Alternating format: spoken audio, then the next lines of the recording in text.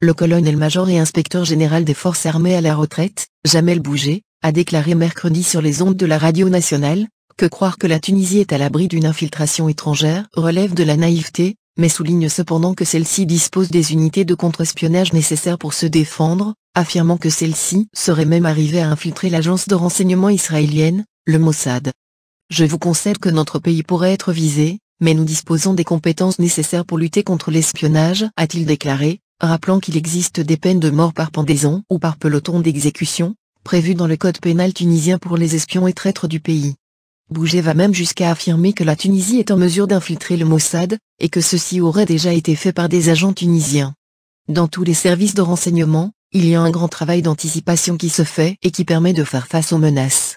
Il faut donc arrêter de sous-estimer les services de renseignement tunisiens. Croyez-moi, le meilleur peuple, le plus intelligent et le plus malin est le peuple tunisien, a-t-il déclaré avant d'ajouter, il faut arrêter de dire que la Tunisie a été infiltrée. Je peux aujourd'hui vous affirmer que nous avons infiltré le Mossad, et ceci est une information. Les gens croient que le Mossad est impénétrable, eh bien je peux vous dire que non, et qu'il n'est plus comme avant, déclare Bouget, commettant au passage un lapsus entre renseignements égyptiens et renseignements israéliens. Les rumeurs d'infiltration de la Tunisie par le Mossad ont récemment été déterrées, suite à l'assassinat de l'ingénieur aéronautique Mohamed Zouari Sfax, dans des circonstances pour le moins suspectes. Le Hamas avait alors annoncé que celui-ci était l'un de ses dirigeants, accusant Israël du meurtre et promettant vengeance. L'implication d'Israël dans cet assassinat avait soulevé un tollé en Tunisie, où plusieurs manifestations ont éclaté.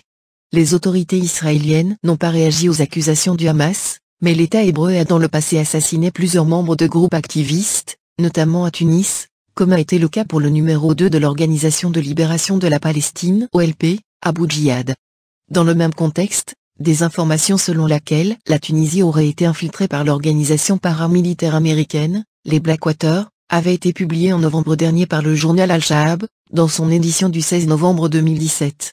Dans son article, le journal lance un cri d'alerte, affirmant que plusieurs jeunes Tunisiens des forces de l'ordre auraient été recrutés par cette organisation, qui les entraîne pour des raisons, dit-il, encore inconnues, mais qui selon lui ne présagent rien de bon pour la Tunisie. Enfin, au début du mois de février, le journal Al-Shourouk avait révélé une affaire d'espionnage à grande échelle dirigée par une partie étrangère. Les révélations avaient pointé du doigt un certain nombre de responsables, de ministres, des chefs de parti et des directeurs de banques. Tous auraient été enrôlés par un Français installé en Tunisie depuis une dizaine d'années.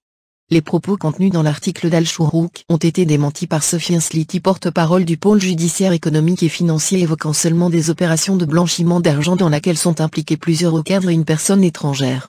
De son côté, la journaliste à l'origine de cet article d'Al-Shourouk a promis d'autres révélations pour cette affaire.